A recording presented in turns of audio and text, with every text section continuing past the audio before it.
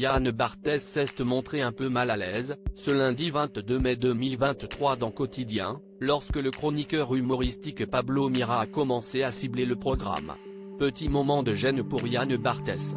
Ce lundi 22 mai 2023, comme chaque soir, le célèbre animateur proposait un nouveau numéro de Quotidien sur TMC.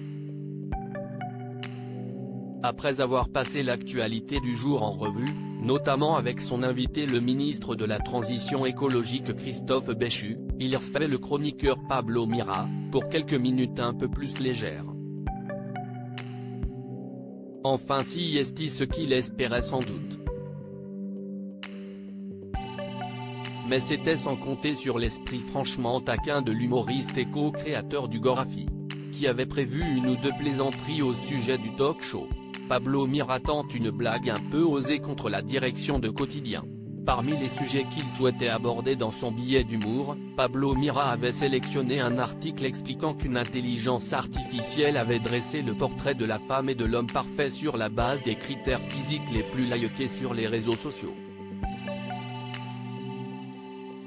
Le chroniqueur a donc commencé à faire quelques plaisanteries en dévoilant les photos de ces 10 portraits, et de lancer de façon plus sérieuse, mais ce qui a créé la polémique sur ces images, si est-il la surprésentation de personnes blanches, avant d'enchaîner avec une nouvelle blague, un peu osée vis-à-vis de ses propres employeurs.